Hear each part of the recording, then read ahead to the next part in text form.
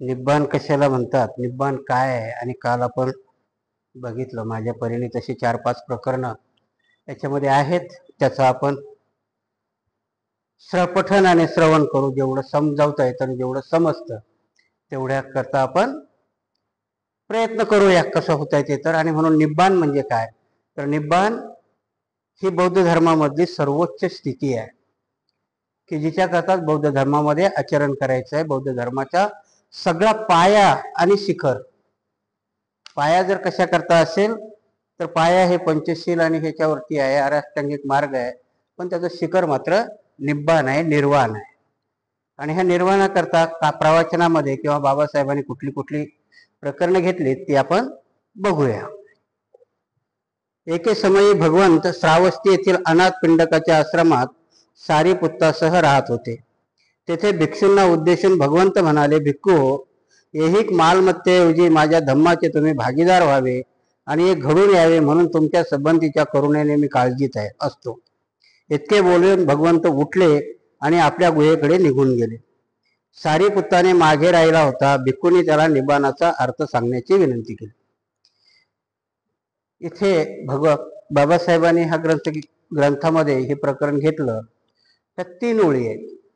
त्या 3 ओळीमध्ये भगवंत काय म्हणतात भिक्षूला उद्देशून, की भिक्षू, तुमच्या ऐहिक सुखाच्या वारशापेक्षा भौतिक सुख म्हणजे कुठली सुख आहेत आपली, गाडी, घोडा, घर, प्रपंच, जमीन, जुमला, ही आपली भौतिक सुख आहे. तर भगवंत म्हणतात की ह्या वारशाविषयी मला काही जास्त चिंता नाहीये, परंतु तुमच्या आध्यात्मिक वारशाविषयी मला चिंता आहे. आणि भगवंत एवढं म्हणून निघून गेले. मागे कोण राहतात तर सारीपुत्त. आणि मग बाकीचे भिक्षू सारीपुत्ताला निब्बाणाचा अर्थ विचारतात. आता इथे वर्ष आपण जर घेतलं की आध्यात्मिक सुखाचा वारसा, भगवंत म्हणतात मला त्याची काळजी नाही. भगवंतानी फक्त भिक्षू करताच म्हटलं होतं का, नाही. कारण जेव्हा भगवंत आपल्याला बोधी प्राप्त झाल्यानंतर कपिलवस्तूला गेले होते आणि कपिलवस्तूमध्ये त्यांचा 6 वर्षाचा मुलगा होता राहुल. कारण ज्या दिवशी जन्माला आला त्याच दिवशी भगवंत निघून गेले होते घरून आणि तो ओळखत नव्हता भगवंताला. आणि म्हणून तुम्ही ते नरसिंह गाथा जर वाचली असेल तर यशोधरा समजावून सांगते की तुझे पिता कसे दिसत आहेत, काय दिसत आहेत. पण यशोधरा तिथे अजून एक खट्याळपणा करते की ते राहुलाला त्यांचा अधिकार मागायला सांगते. कारण भगवंत बसलेले असतात आणि तिथे सांगते की तो तुझा बाप आहे आणि जा तू तुझा अधिकार त्यांच्याकडे माग.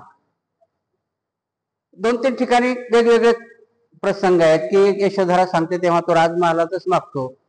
परंतु अश्वघोषाच्या चरित्रामध्ये राहुल हा जेव्हा भगवंत चारिका करत निघतात तेव्हा हा मागे मागे राहुल असतो आणि प्रत्येक वेळेस म्हणत असतो की त्या पालीमध्ये दायक म्हटलंय त्याला की माझं दायात द्या. त्याचा अर्थ की मला माझा अधिकार द्या, तुम्ही माझे वडील आहात. भगवंतानी इथं तेच म्हटलं की भिक्षू, मी तुम्हाला ऐहिक अधिकार माझा जो आहे किंवा वारसा हा नाही देऊ शकत, तोच राहुल मागत होता. आणि जेव्हा भगवंत पूर्ण नगरामध्ये चारिका करतात आणि हा मागे मागे माझा अधिकार द्या, माझा अधिकार द्या, माझा अधिकार द्या, आणि जेव्हा ते संघारामामध्ये येतात तेव्हा आनंदाला सांगतात आणि भिक्षापात्र त्या राहुलच्या हातात देतात आणि सांगतात की याला दीक्षा द्या, हा माझा तुझा अधिकार आहे. माझ्याकडे फक्त देण्यासारखं काय आहे तर धम्म आहे. म्हणजेच तुला निर्वाण परापर्यंत, कारण ऐहिक सुखामध्ये मी तुला राज गादी किंवा हे काही देऊ शकत नाही आणि त्यात देऊन तुझा काही फायदाही नाही. कारण तुला ऐहिक सुखामध्ये थांबवण्यापेक्षा ते आपल्या हातातलं भिक्षापात्र उचलतात आणि राहुलाच्या हातामध्ये देतात आणि आनंदाला सांगतात की याला सामनेराची दीक्षा द्या. पहिले सामनेर आहेत राहुल. आता जे आपण सामनेर दीक्षा विषय म्हणतो की नाही, तर बुद्ध काळातले पहिले सामनेर कोण असतील तर राहुल आहे. आणि तिथे अधिकार जे भंतेजी बोधिसत्व भगवान बुद्ध म्हणतात की ऐहिक वारसा माझ्याकडे नाहीये, भौतिक वारसा माझ्याकडे नाहीये, आणि म्हणून भिक्षू हो मला तुमची चिंता वाटते. आध्यात्मिक वारसा आहे. म्हणजे भगवान बुद्ध भिक्षू कशा करता वा म्हणतात की भिक्षूनी अरहंत झालं पाहिजे, निर्वाण पदापर्यंत गेलं पाहिजे. आणि भगवंत इथे म्हणतात की मला काळजी वाटते की तुम्ही व्हाल की नाही, आणि ते आत जातात. आत गेल्यानंतर मग सगळे भिक्षू सावध होतात ना की भगवंताला आमच्याविषयी काळजी आहे, आणि मग ते सारीपुत्ताला ह्या निब्बाणाचा अर्थ विचारतात की भगवंत तर म्हणून गेले, भगवंताला काळजी वाटते आमची की आम्ही त्या पदापर्यंत पोहोचू की नाही, तर तुम्ही आम्हाला निब्बाणाचा अर्थ सांगा. आणि मग इथे सारीपुत्त त्यांना निब्बाणाचा अर्थ सांगतात. तेव्हा भिक्खूंना उत्तरादाखल सारीपुत्त म्हणाला, भिक्खूंनो, लोभ हा अत्यंत अकुशल धर्म आहे. क्रोध ही अत्यंत अकुशल धर्म आहे. हा लोभ आणि हा क्रोध याचा निराश कसा करावा हे मध्यम मार्ग शिकवतो. तो पाहायला डोळे देतो, दृष्टी देतो आणि ज्ञान देतो. तो आपला शांती, प्रज्ञा, बोधी आणि निब्बाण याच मार्गाने नेतो. तो मध्यम मार्ग कोणता? तो अष्टांग मार्गापेक्षा वेगळा नाही. सम्यक दृष्टी, सम्यक संकल्प, सम्यक वाचा, सम्यक कर्म, सम्यक उपजीविका, सम्यक प्रयत्न, सम्यक स्मृती आणि सम्यक समाधी हा मध्यम मार्ग होय. क्रोध, दृष्टी, बुद्धी, द्वेष, मच्छर, कृपणता, लोभ, ढोंग, कपट, उद्धटपणा, सर्व सुस्तपणा हे सर्व अकुशल धर्म आहे. गर्व, सुस्तपणा याचा निराश करण्याचा मार्ग मध्यम मार्ग होय. तो पाहायला दृष्टी आणि ज्ञान देतो. शांती, प्रज्ञा आणि बोधी याकडे नेणारा तो मार्ग आहे. निब्बाण म्हणजे दुसरे काही नसून तो अष्टांग मार्ग होय. त्या महास्तवीर सारीपुत्ताच्या भाषणाने ते भिक्खू आनंदित झाले. आणि मग इथे सारीपुत्त त्यांना तो अर्थ सांगतात की जो बाबासाहेबांनी इथे लिहिला, की माणसाचा क्रोध, लोभ हे अकुशल कर्म आहे. आणि याच्यावर जर विजय मिळवायचा असेल तर मग मात्र आर्य अष्टांगिक मार्गानुसार आपल्याला जावं लागेल, की जो आर्य अष्टांगिक मार्ग सम्यक दृष्टी, सम्यक सिद्धांत, सम्यक कर्म, सम्यक समाधी याच्यामध्ये समवलेला आहे. आणि त्या मार्गाने गेलं तर मग मात्र तुम्हाला निब्बाणापर्यंत जाता येतं. इथे भगवान सारीपुत्तानी, भगवान बुद्धाच्या ऐवजी सारीपुत्ताने त्यांना निब्बाणाचा अर्थ सांगितलेला आहे. त्याच्यानंतरचा पुढचा प्रकार आहे निब्बाणाची मूलतत्वे. काय असतं की जीवनामध्ये प्रत्येक गोष्टीला काही ना काहीतरी तत्व असतं. हिंदू धर्मामध्ये तत्व मीमांसा असं एक उपनिषद आहे, ते इथून घेतलेलं आहे. मग कुठल्याही धर्माला काही तत्व असतात आणि काही उद्देश असतात. भगवान बुद्धाच्या धम्मालाही जी तत्व आहेत तर तत्व केंद्रीभूत आहेत, माणसाच्या केंद्रीभूत आहेत. तिथे तुम्हाला स्वप्नात किंवा कुठलंही गाजर दाखवून भुलवल्या जात नाही, तर माणसाच्या आचरणाला किंवा माणसाच्या ऐहिक सुखाऐवजी माणसाच्या आध्यात्मिक सुखाला कसं कुशल कर्म करता येईल ह्या गोष्टींनी काही तत्व घातलेली आहेत. आणि मग ती बुद्ध धर्माची काय तत्व आहेत त्याविषयी आपण ह्या प्रकरणात पाहणार आहोत. एकदा पूजनीय राधा हा भगवंताकडे आला आणि त्यांना अभिवादन करून बाजूला बसून भगवंताला त्याने प्रश्न केला, भगवान, निब्बाण म्हणजे काय? निब्बाण म्हणजे विकारापासून मुक्ती. आणि भगवान एका शब्दात सांगतात की निब्बाणाचा अर्थ काय? विकारापासून मुक्ती. मग विकार किती प्रकारचे आहेत? बऱ्याच प्रकारचे विकार आहेत ना. आपल्या मनात येणारी वासना आहे, तृष्णा आहे, भोगविलास आहे, लोभ आहे, दुसऱ्याविषयीचं कपट आहे, ह्या सगळे विकार आहे. भगवंत एका शब्दात सांगतात की ह्या सगळ्या विकाराचा लोभ होणं म्हणजे निब्बाण होणं.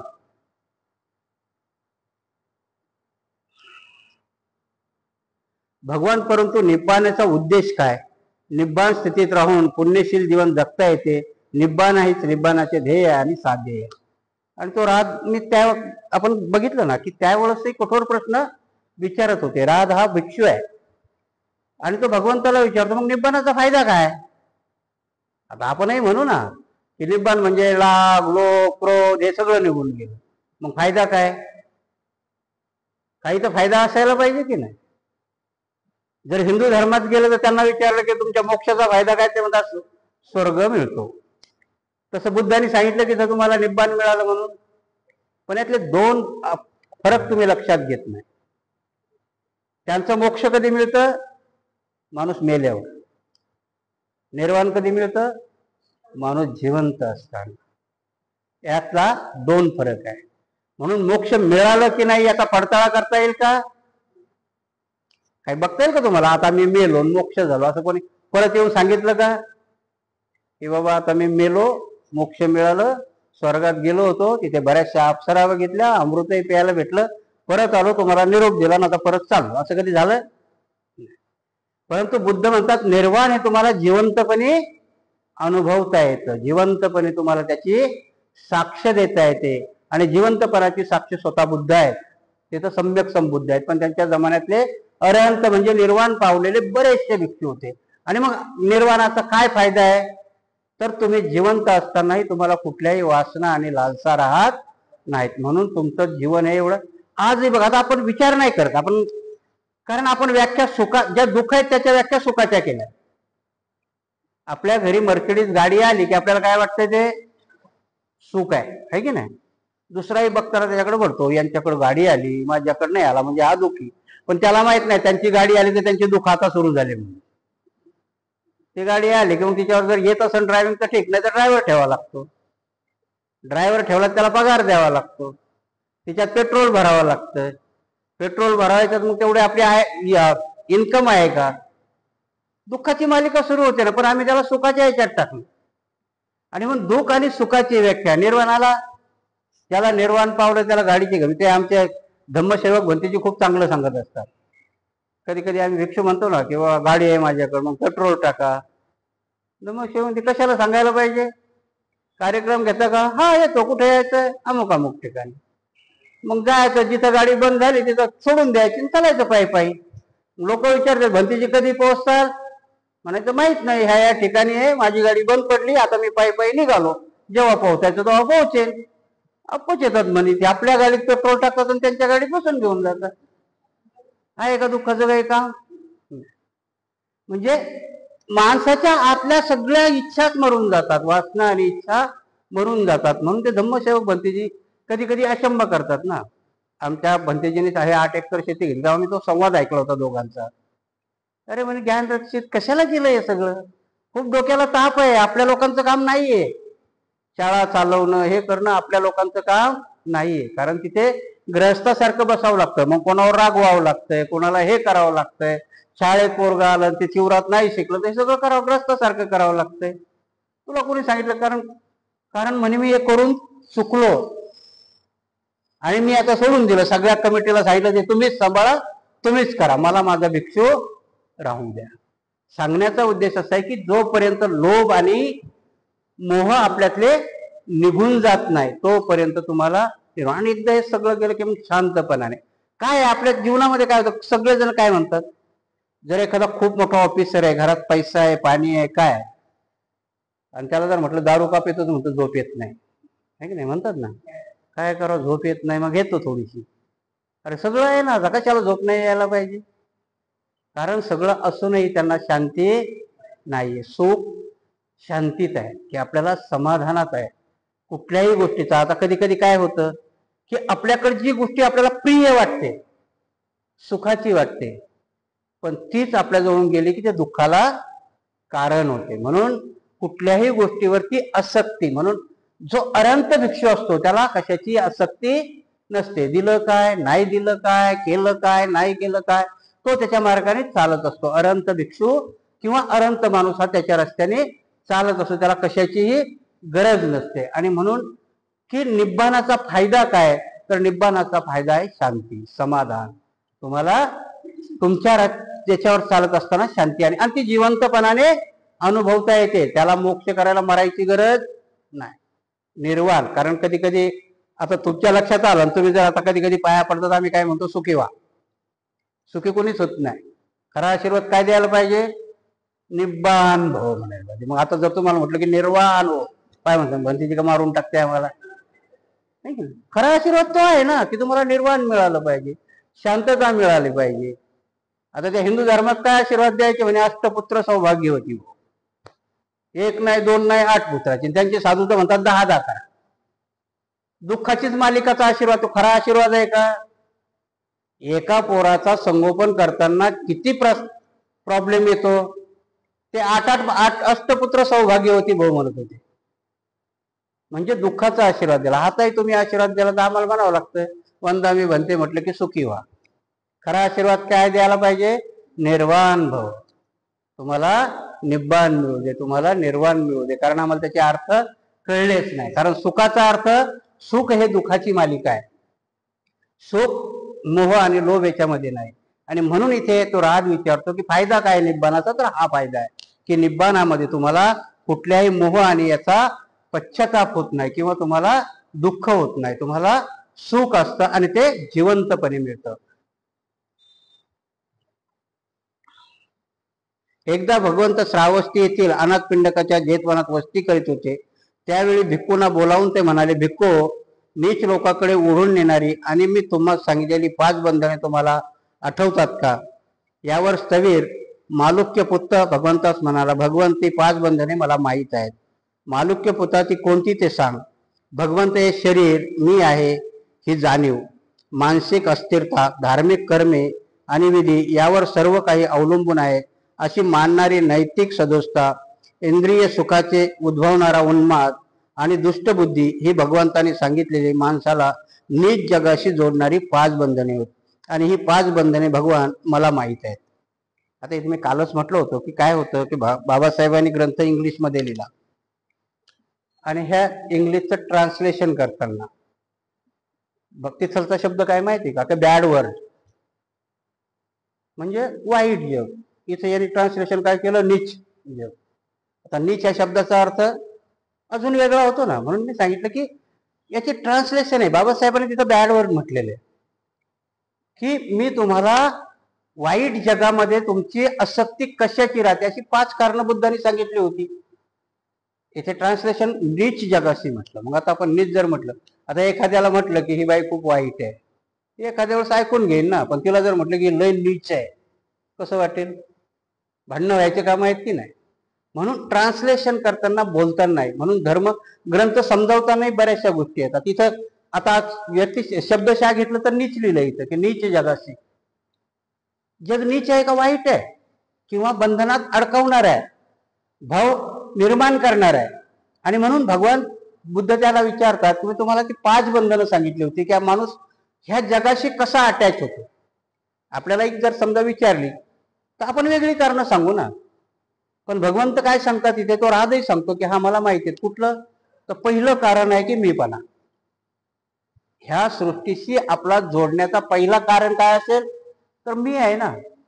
कुठेही गेलं की हे माझं आहे, हे माझी आहे, माझी पत्नी, माझा मुलगा, माझं घर, माझी गाडी, याच्या पलीकडे आपण जातच नाही, कारण ही अटॅचमेंट आहे. ह्या दुनियेला जोडणारा पहिला नियम काय असेल?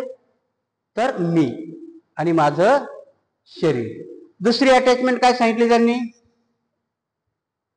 की माणसाची मनस्थिती अस्थिर आहे. स्वतः मी तर आहे समजा, हे शरीर माझं आहे, घर माझं आहे, पण माणसाची मानसिक स्थिती कधी स्थिर आहे का? दुसरी गोष्ट, ह्या जगाशी जोडणारी गोष्ट तुमचं मन स्थिती अस्थिर आहे, कारण कुठल्याही एका गोष्टीमध्ये तुमचं मन थांबत नाही. ह्या जगाशी जोडण्याकरता त्याला हेही पाहिजे, तेही पाहिजे, सगळ्याच गोष्टी पाहिजे, काही सोडायला तो तयार नाही. म्हणून त्याच्या भौतिक जीवनाच्या वासना कधी कमी होत नाही. म्हणून दुसरी गोष्ट काय आहे? तर अस्थिर मन. तिसरी गोष्ट काय? तर विधी आणि कार्य. ह्या जगाशी जोडणारा जेव्हा माणसाचा समूह तयार झाला तेव्हा काय झालं? सुरुवात विधी. देवाला कुठेतरी नवस केला पाहिजे, पावलं पाहिजे, होम केलं पाहिजे, हवन केलं पाहिजे. आजही आपण त्याच सॉफ्ट रूप आहे. वर्षावासामध्ये आम्ही धम्मग्रंथ ऐकला पाहिजे, ही आलेली अटॅचमेंटच आहे ना. त्याच्याशी जोडलेला आपला हा संबंधच आहे. हा उद्देश चांगला आहे की याच्यामधून तुम्हाला मार्ग सापडेल. तिकडचे अटॅचमेंटचे उद्देश चांगले नसतील, परंतु भगवंत सांगतात की ह्या जगाशी जोडण्याची. कारण भिक्षूला काय होतं की पहिलीच गोष्ट भिक्षूला काय सांगितली? त्याग सांगितली, घरदार सोडून दे. घर हा अटॅचमेंट जगाशी पहिला. जेव्हा आपण आईच्या कुशीतून बाहेर येतो आणि रडायला सुरुवात होते तेव्हाची अटॅचमेंट काय असते? की तेव्हा तुम्ही जन्माला आल्यानंतर तुम्हाला श्वास घ्यायला त्रास होतो. म्हणून ह्या जगावर व्यक्त केलेला पहिला राग म्हणजे ते बाळाचं रडणं आहे. राग तिथे उत्पन्न होतं तुमच्या. ते का रडतं? आई बी नाही लागत त्याला, त्याला काय माहित नसतं ते. पण जेव्हा तो हे होतो ना, कधी कधी रडलं नाही तर म्हणतात ना पाठीवर थापटा म्हणून, ते का रडत नाही? कारण त्याला श्वास घ्यायला त्रास होतो. आणि त्या श्वास घ्यायला होणाऱ्या त्रासावरती व्यक्त केलेला राग हे पहिलं आहे. ह्या जगाशी जुटलेलं पहिलं नातं. त्यांनी पहिला राग व्यक्त केला म्हणून ते टॅ करून रडतं पहिलं. ह्या जगात पहिला राग होऊनच माणूस याला येतो. आणि म्हणून बुद्ध म्हणतात की अटॅचमेंटचं काय, विधी आणि कार्य म्हणजे नवस आहे असे तिसरं कारण आहे. तर चौथं कारण काय सांगितलं त्यांनी, नैतिक सदोषता.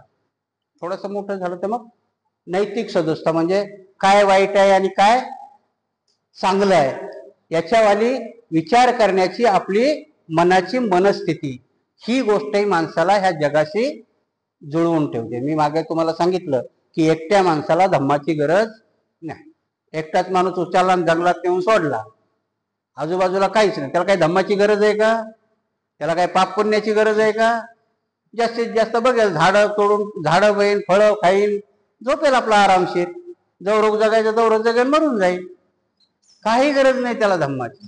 परंतु जेव्हा आम्ही समूहामध्ये येतो, समूह म्हणजे जगाशी आमची आलेली अटॅचमेंट आहे. मग अटॅचमेंट कशी होते की आई वडील मुलगा घर, घर म्हटलं की जात, जात म्हटलं की समाज, समाज म्हटलं की गाव, गाव म्हटलं की देश, देश, म्हणजे अशा पद्धतीने आम्ही जगाशी आमची अटॅचमेंट सुरू होते. आणि कशामुळे होते तर मग ती नैतिक आणि अनैतिक ह्या कार्यावरती सुरू होते. आणि शेवटचं आहे की दुष्ट बुद्धी आणि चांगली बुद्धी, की ह्या 5 गोष्टींनी आम्ही ह्या जगाशी बांधलेले असतो, म्हणजे जगाबरोबर आमचं नातं जुळलेलं असतं. भगवान बुद्धाला ते सांगतात. आता भगवान बुद्ध पुढे काय म्हणतात ते आपण बघूया. भगवान म्हणतात, मालुक्य पुत्ता, अर्भक अवस्थेत आपल्या पाठीवर लोळणाऱ्या अबोध बालकाचे शरीर अविकसित असते. मग त्याच्या ठिकाणी शारीरिक जाणीव कशी निर्माण होईल? त्याचप्रमाणे आपल्या पाठीवर लोळणाऱ्या या अबोध अर्भकाचे मन अविकसित असते. त्याच्या ठिकाणी मानसिक अस्थिरतेची अवस्था कशी उद्भवणार हे खरे, तरी सुद्धा त्याच्या ठिकाणी अस्थिरतेची वृत्ती सुप्तच असते. मालुक्य पुत्ता, त्याचप्रमाणे हे अर्भक नैतिक आचार कसा करणार? त्याच्या ठिकाणी धार्मिक विधी आणि कर्मे यावर अवलंबून राहण्याची नैतिक सदोषता कशी असणार? तरी सुद्धा त्याच्या ठिकाणी ती वृत्ती सुप्त अवस्थात असते. मालुक्य पुत्ता, त्या अर्भकाच्या इंद्रिय वासना अविकसित असतात. मग इंद्रिय सुखापासून उद्भवणारा उन्माद ते कसा जाणणार? परंतु तशी वृत्ती सुप्त अवस्थेत त्याच्या ठिकाणी असते. शेवटी हे मालुक्य पुत्ता, त्या अर्भकाच्या दृष्टीने दुसऱ्या जीवांना अस्तित्व नाही. मग ते प्राणी मात्राविषयी आपल्या मनात दुष्ट बुद्धी कशी धरणार? परंतु त्याची वृत्ती त्याच्या ठिकाणी सुप्त अवस्थेत असते. आणि भगवंत त्या भिक्षूलाही समजावून सांगतात की ह्या गोष्टी खऱ्या आहेत, पण तुला जर दुसऱ्या धम्माची लोक म्हटली, आता आपण असं उदाहरणच घ्या ना, ह्या 5ही गोष्टी, मूल जन्माला आलं, काय होणार? त्यात भावना आहेत का? ते आपल्या एका जागेवर झोपतं, 5 ग्लास दूध पेतं, नाही त्या काय करून बोंबलत पिसत. त्याच्यामध्ये काही मनाची त्याच्या काय आहे का? मीपणा आहे त्याच्यामध्ये? नाही.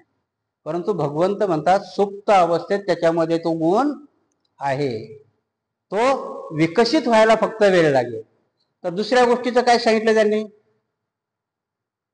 की मानसिक अस्थिरता, ते विचारच नाही करू शकत ना.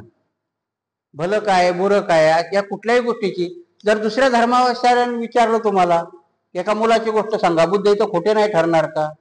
तर बुद्ध सांगतात, तुला जर असा प्रश्न विचारला त्यांना सांगता असलं पाहिजे की ते जरी आता अस्थिर असेल पण ते सुप्त अवस्थेत त्याच्यामध्ये त्या गोष्टी दडलेल्या आहेत.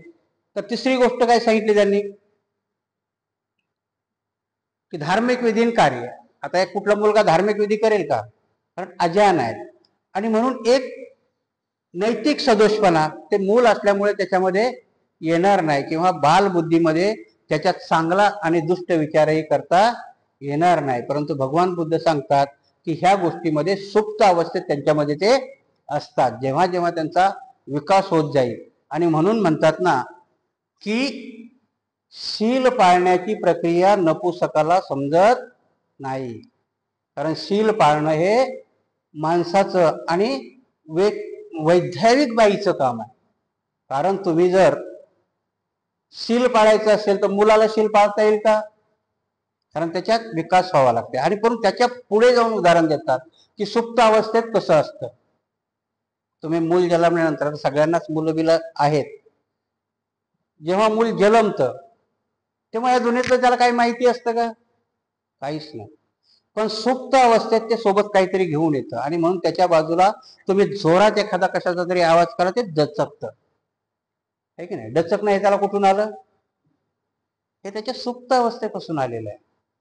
कोंबडीचे पिल्ल जर तुम्ही बघितले असेल की वर जर घार फिरते तर ते ऑटोमॅटिक कोंबडीच्या पंखाखाली जातात. भीती कुठून आली? कालचं पिल्लू आहे ते, त्याला काय कशाला कळायला पाहिजे भीती?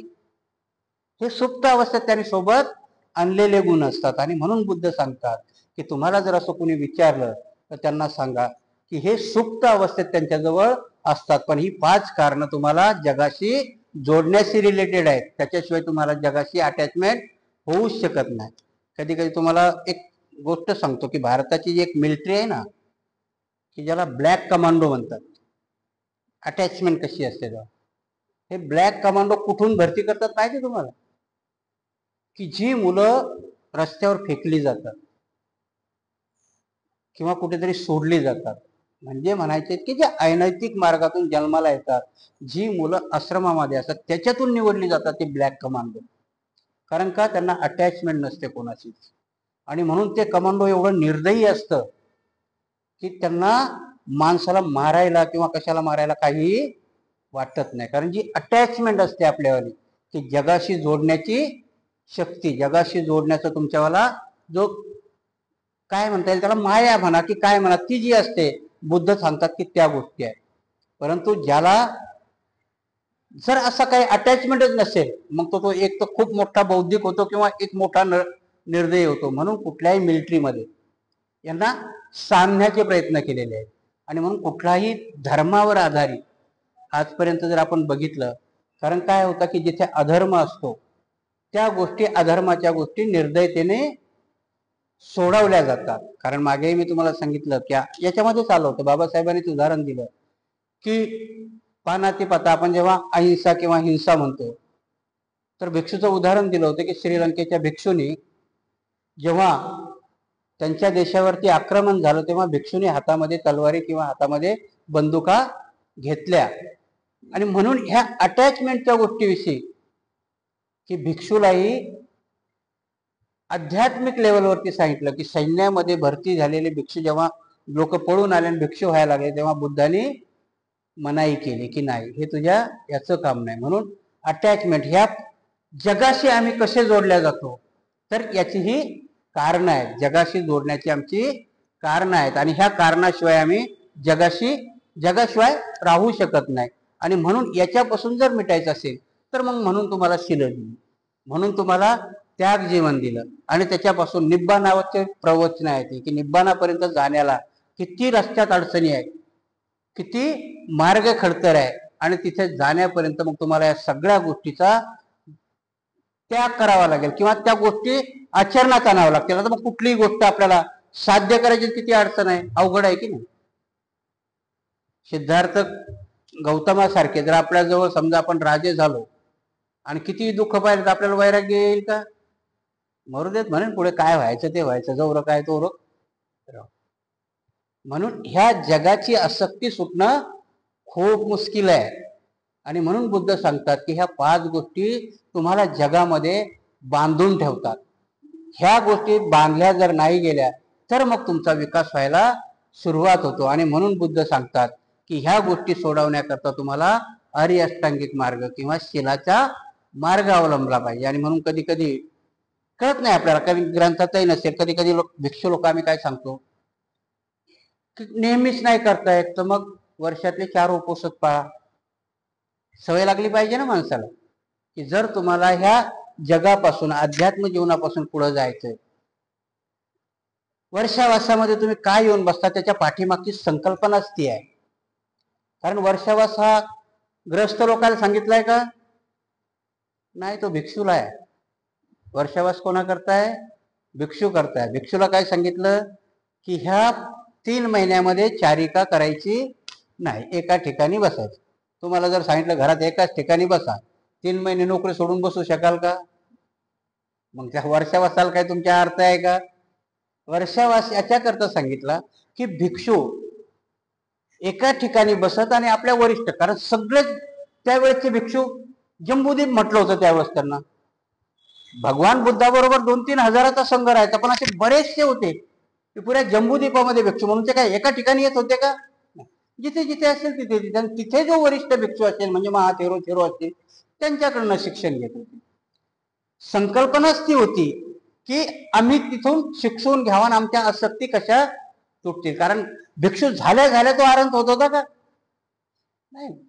कारण त्यालाही शिकवल्या जात होतं, त्यालाही विनय शिकवल्या जात होता, त्यालाही धम्माचं आचरण शिकवल्या जात होतं.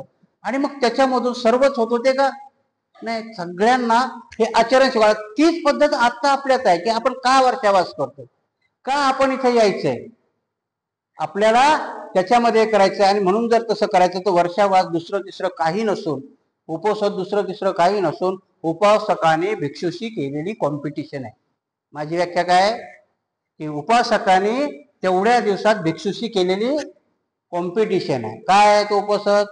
भिक्षू 10 शील पाळतो, यांनी 8 शील पाळायचं आहे की नाही.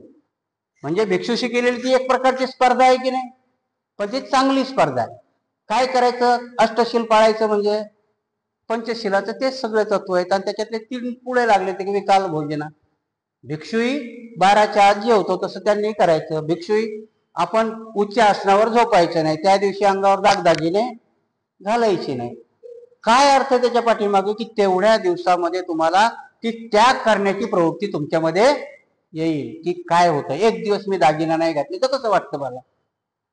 दागिना घालणं ही एक आसक्ती आहे ना, की माझ्या अंगावर सोनं नाणं आहे, ही एक आसक्ती आहे. एक दिवस सोडायला सांगितले तुम्हाला वर्षातून, एका महिन्याची एक दिवस, तशी तर 4 सांगितली. वर्षावासामध्ये काही काही 3-3 महिनेही सोडतात, तेवढी नाही सोडता आले तर 4. कुठला? अमावस्या, पौर्णिमा आणि 2 अष्टमी. आणि तुम्हाला याचं एक महत्व सांगतो की अमावस्या, पौर्णिमा आणि 2 अष्टमी, हिंदू धर्माचे जेवढेही सण तुम्ही घ्याल, कुठलेही सण घ्या, अमावस्या, पौर्णिमा आणि अष्टमी याच्या मागे पुढेच आहे, कुठेच जात नाही. म्हणजे त्यांनाही धम्म सांगताना याचंच अनुकरण करावं लागलं, कारण त्यांना सांगताच येत नव्हतं ना काय. भगवान बुद्धांनी हे 4 दिवस सांगितले होते आपल्याला उपोषण करायला, आणि त्यांचे सणही तुम्हाला याच्याच येतील, अमावस्या, पौर्णिमा, अष्टमी, त्याच्या मागे किंवा पुढे, त्याच्या आजूबाजूनीच येतात. म्हणून भगवान बुद्धाच्या या धम्माचा आचरण करण्याकरता तुम्हाला हे सांगितलं. म्हणून ही त्यागाची जी ही गोष्ट सांगितली की ह्या जगाशी आपण कसे कनेक्टेड आहोत, त्यांचा सिद्धांत त्यांनी माया सांगितला, की माया माणसाला अडकून ठेवते. ती कुठून घेतली? ह्या सिद्धांतामधून घेतली, की ह्या अटॅचमेंट मधून. मायेचा सिद्धांत, त्यांच्या मायेच्या सिद्धांतामध्ये. आणि ते खूप हुशार लोक आहेत, असं भुलवून ठेवतात तुम्हा लोकांना. मायाच्या सिद्धांतामध्ये तुम्हाला जर नसेल तर त्यांनी एक नारद मुनीचा हे सिद्धांत सांगितलेला आहे. म्हणजे काय होतं, की श्रीकृष्ण आणि नारद, इथे जसं सांगितलं की जगामध्ये तुम्हाला कशी आसक्ती होते, हा सिद्धांत त्यांनी नारद आणि कृष्णामध्ये दाखवला आहे. तर तो नारद श्रीकृष्णाला विचारतो की भगवंता माया म्हणजे काय. तर मग तो श्रीकृष्ण काय नाही म्हणत, जा म्हणतो मला तांब्या भरून पाणी घेऊन.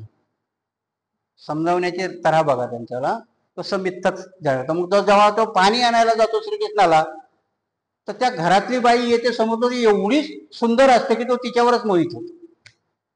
नारद तिच्यावर मोहित होतो आणि तो विसरून जातो की श्रीकृष्णाला मला पाणी सांगितलं म्हणून. इथे गोष्टी बघा कसे की आपण कसे कनेक्ट होतो. इथे सांगितलंय की माणसाचं शरीर मी आहे आणि माणसाची विचलित मानसिकता माणसापासून दूर होते ना, तिथं तो सिद्धांत त्यांनी मांडला. आणि तो असा मोहित होतो, विसरून जातो कृष्णाला, की त्याला इकडे 2-4 लेकरं होतात त्या बाईपासून. तोपर्यंत त्याला कृष्णाची काही आठवण येत नाही. मग आठवण कधी येते म्हणे, मग मोठा प्रलय होतो, मग पूर येतो, मग बायको वाहून जाते, पोरग वाहून जातो, लेकरं वाहून जातात. आणि मग हा म्हणतो अरे देवा असं का झालं. मग तेव्हा कृष्ण म्हणतो की याला माया म्हणतात.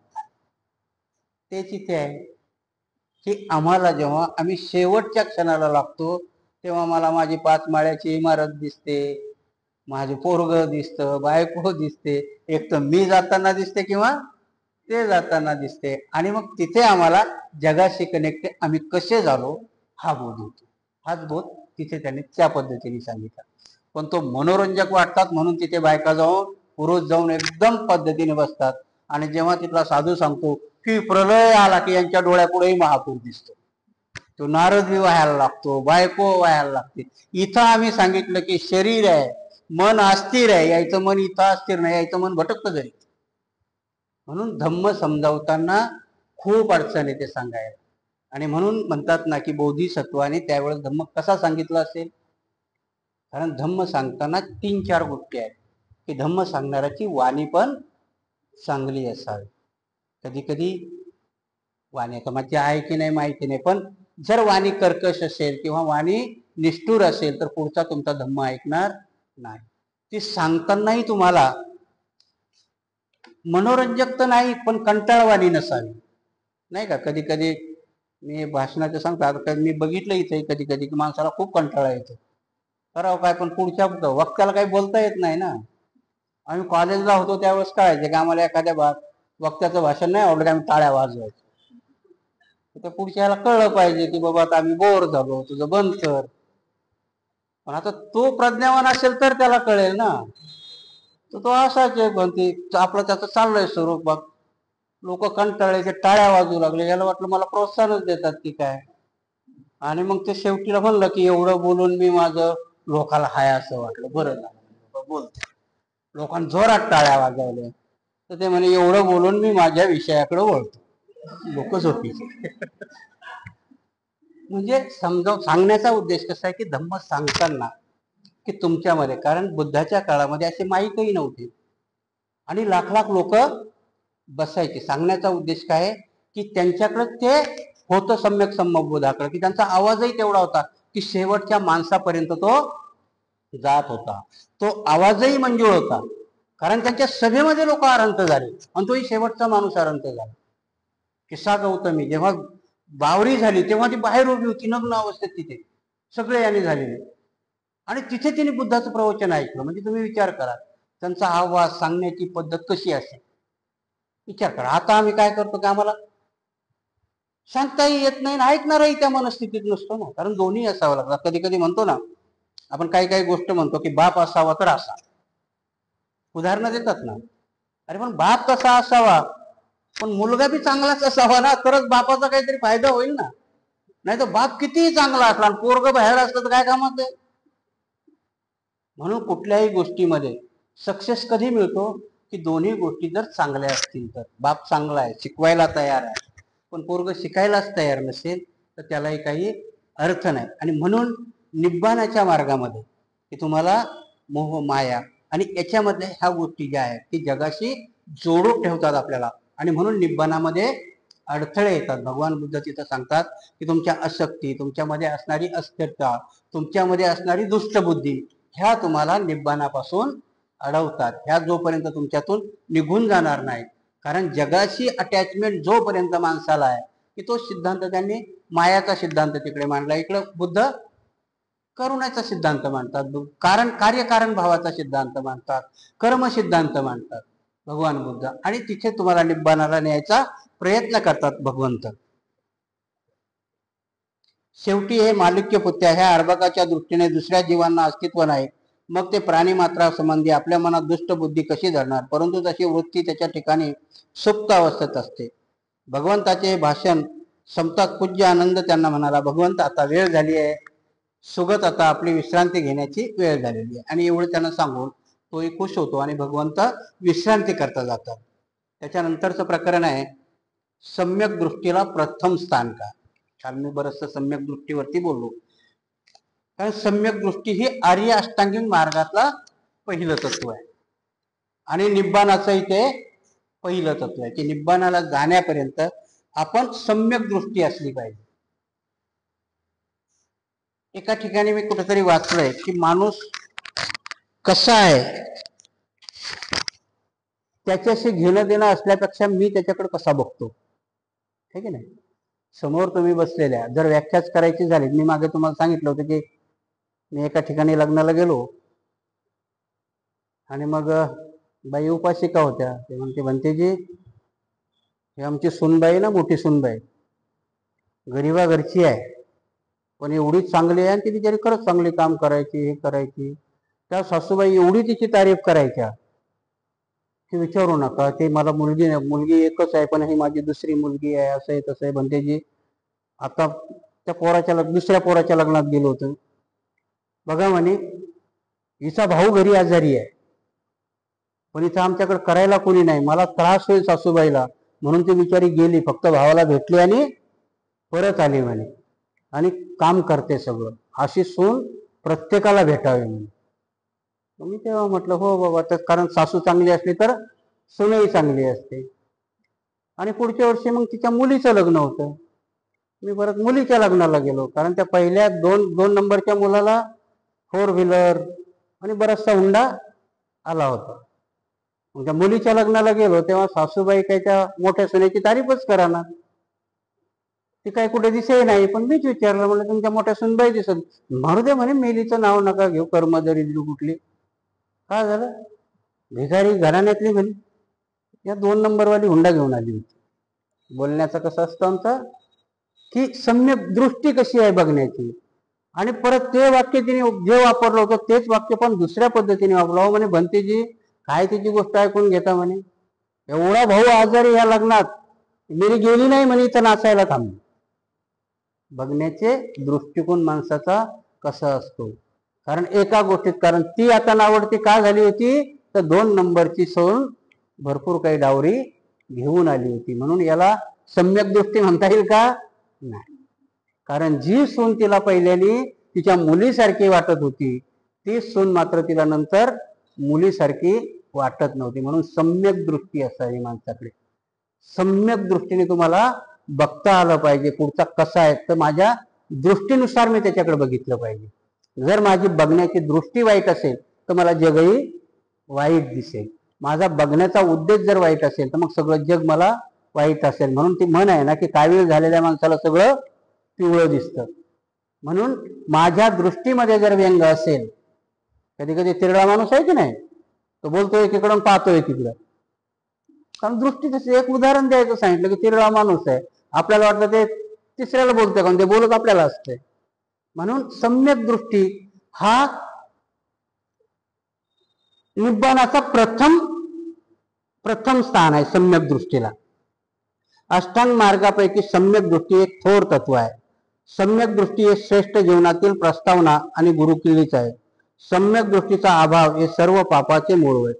सम्यक दृष्टीची वाढ व्हायला सर्व दृष्ट चमत्कार हे कार्यकारण भावाची प्रक्रिया आहे, असे पाहायला शिकले पाहिजे. सम्यक दृष्टी म्हणजे कार्यकारण भावाची ओळख आहे.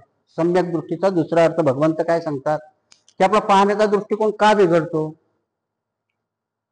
जर समजा एखादा अपंग मुलगा जन्माला आला तर त्यांचा सिद्धांत काय सांगतो, याने मागच्या जन्मात काहीतरी केलेलं. निष्ठूर आहे की ना तो सिद्धांत. भगवान बुद्धाचा वैज्ञानिक सांगतो की लोळा पांगळा झाला असेल तर बहुतेक आईच्या त्या गर्भारपणामध्ये काहीतरी दोष. कार्यकारण भाव तर सांगितलाय बुद्धाने, पण ते निष्ठूर कार्यकारण भाव नाही सांगितला त्याने. कारण इथे वैज्ञानिक दृष्टीने सांगितलं की का पांगळा मुलगा जन्माला येतो, पोलिओवाले. आता पोलिओवाले जास्त मुलं जन्माला येतात का, नाही. वैज्ञानिक दृष्टीने आईच्या गर्भाशयामध्येच ती व्यवस्था केली जाते, आईलाच ती लस दिल्या जाते की पांगळा होऊ नये. आणि म्हणून इथे की तुम्हाला बऱ्याचशा गोष्टी ह्या दृष्टीने बघता आल्या पाहिजे. तुम्ही जर त्या दृष्टीने त्याच्याकडे बघितलं, कधी कधी काय होतं की केवढा दुष्ट सिद्धांत असतो की एखादी मुलगी लग्न होऊन घरी येते आणि सासरा गचकतो, ते म्हणजे पांढऱ्या पायाची म्हणतात की नाही.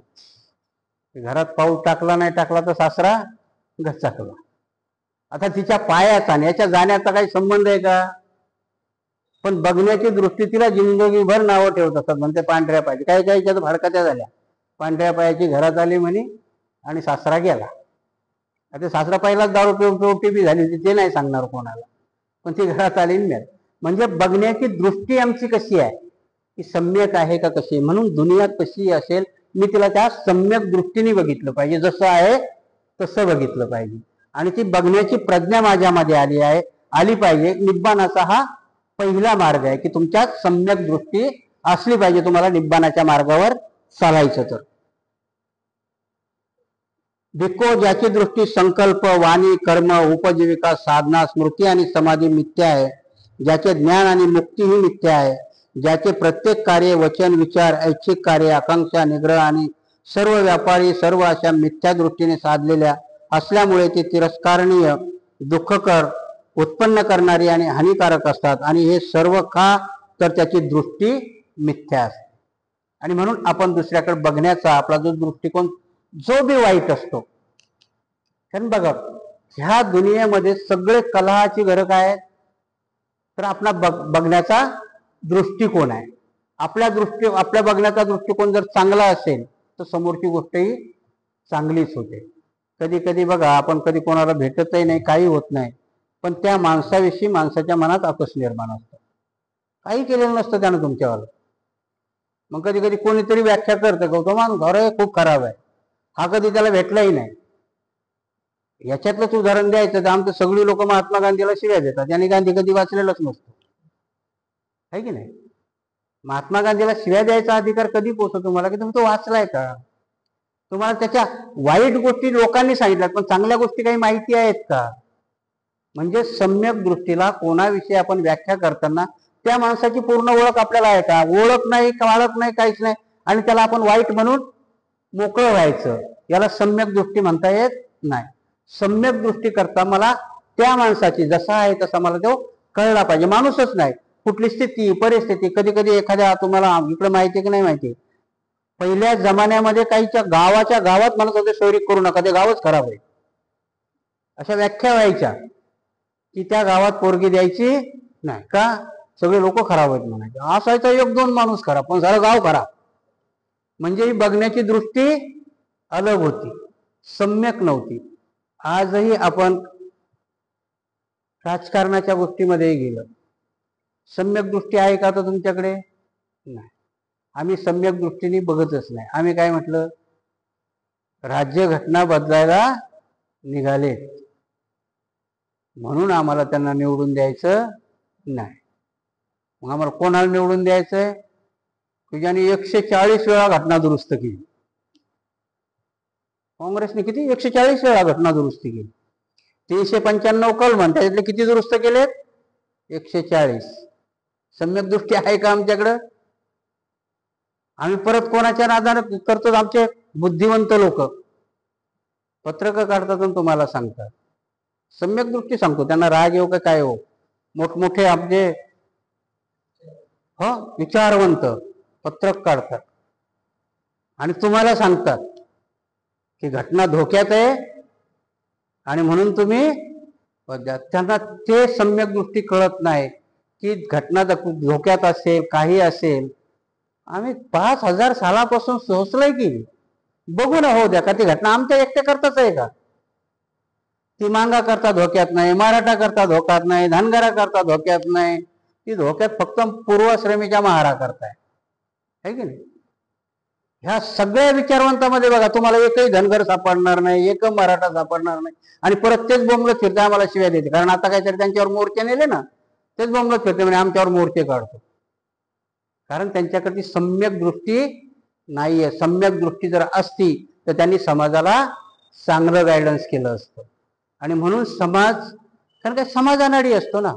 आजही आमच्या भूमिका काय आहेत, तुम्ही एवढे का होईना बसलेत का, की तुमच्या दृष्टीने भंतेजी चांगलंच सांगतील, ही तुमची दृष्टी आहे ना. मग माझ्याकडे सम्यक दृष्टी असेल तर मी सम्यकपणाने चांगलं सांगितलं पाहिजे की नाही. आणि जर ती सम्यक दृष्टी नसेल, कारण ती आता सध्या आपल्या कुठल्याच लोकांकडे ती सध्या नाहीये, आणि म्हणून अडचण होते आपल्या समाजाची, अडचण होते आपल्या बऱ्याचशा लोकांची.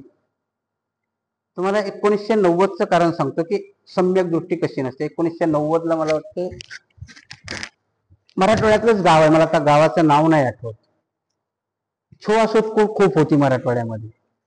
नुसती महारालाच नव्हती, मांगाला, संभाराला बी.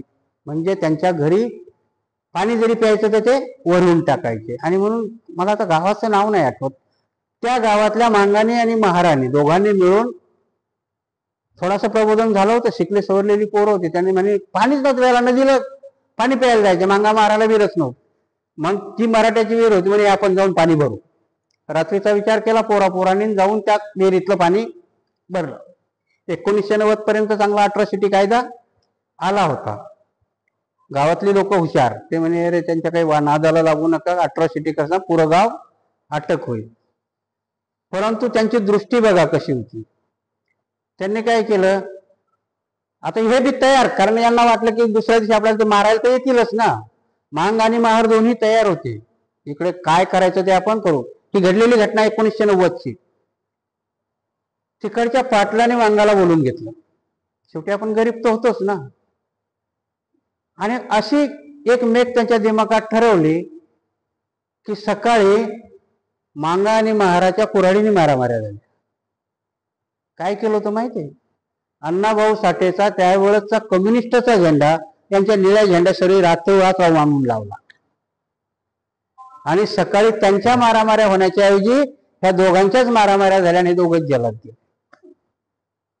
मला वाटतं अजूनही त्या केस चालू असतील. मला गावाचं नाव नाही, कारण त्यावेळेस आम्ही गेलो होतो तिथं. पॅन्थर त्यावेळेस भरात होतं.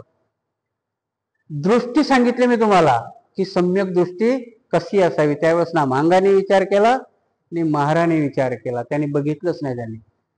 ह्यानी सांगितलं की त्यांचा तो कम्युनिस्टचा झेंडा आमच्या इथं का रोवला. ती पाणी भरण्याचं गेलं वेगळंच. त्यांनी तर मस्त शेण माती टाकून ते पवित्र केलं आणि परत त्यांची विहीर सुरू झाली. हे मात्र क्रांती करायला कामाला लागले. म्हणून सांगितलं की सम्यक दृष्टी असावी. तुम्हाला जर धम्म कळायचा, निब्बाणापर्यंत जायचं, निर्वाणापर्यंत. म्हणून आता सांगितलं की निब्बाणाचा अर्थ काय, की माणसाला सुख मिळणं, माणसाला शांती मिळणं. सम्यक दृष्टी नव्हती. आता त्यांना शांती होती का? एका पिढीची नाही, त्यांनी 5 पिढ्याची शांती घालून टाकली. तारखे लागल्या. मला वाटतं त्यातले कितीतरी मेले असतील, काही झाले असतील. त्यावेळेसचा किस्सा आहे तो. कारण माझ्या लक्षात काय आहे की त्यावेळेस आम्ही पॅन्थरमध्ये होतो, त्या गावात आम्ही गेलो होतो. म्हणून सांगितलं की निब्बाण मिळवण्याकरता आणि धम्माची हे मिळवण्याकरता सम्यक दृष्टी असणं तुमच्याकडं अति महत्वाचं आहे. आणि जोपर्यंत ही सम्यक दृष्टी तुमच्याकडे येणार नाही तोपर्यंत तुम्हाला निब्बाणापर्यंत जाता येणार नाही.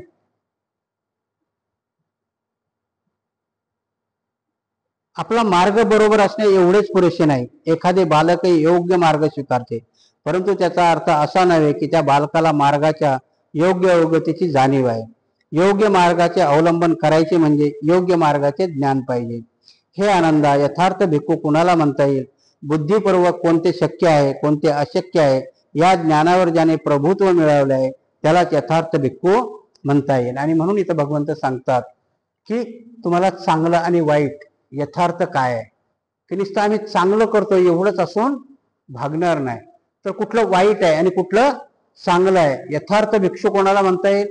आता भिक्षूची व्याख्या जर केली, समजा आता भिक्षू आहे, त्याने चिवर घेतलं, तो 5 घरं मागतो, घरी येऊन बसतो, संपलं. त्याला तुम्ही वाईट भिक्षू म्हणाल का? नाही, चांगला भिक्षू आहे ना.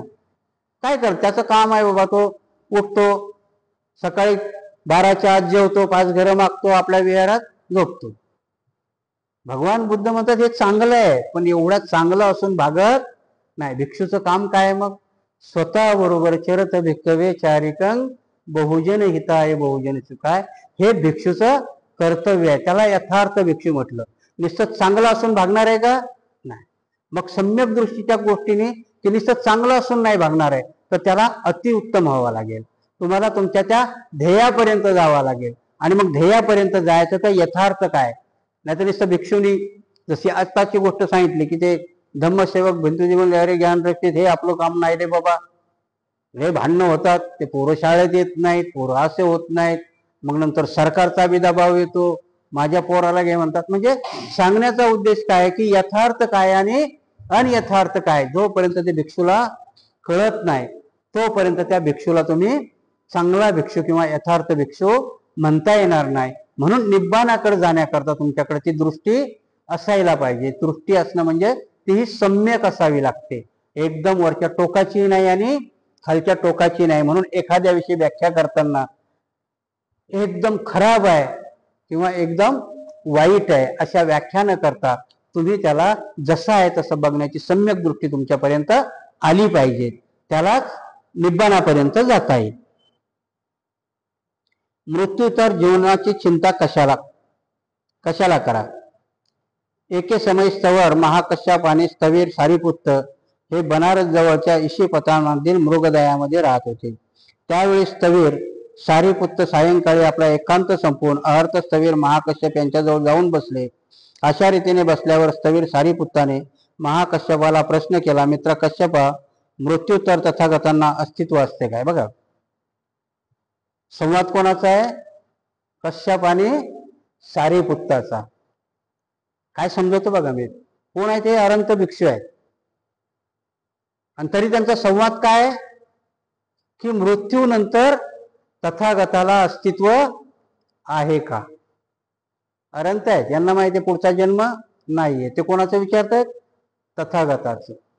कल्पनाच जा तुम्ही. कारण आपली नेमकी कल्पना काय होते की जर भगवंत सगळं संपलंय मग कंट्रोल कोण करतं, हे की नाही? प्रश्न येतो की नाही तिथे? की जो निरर्थक आहे की तिथे कश्यपाने याने विचारलं, ते दोघं एकमेकाला करते. भगवंताने सांगितलंच नाही ना.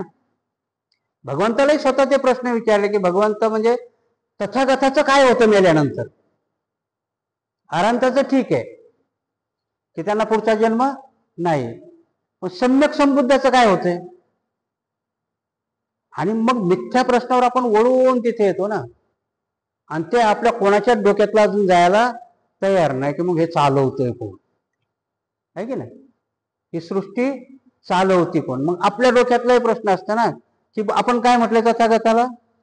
माणसाचे आणि देवाचे शास्ता. मग परत डोक्याचं खोबरं होतं की नाही?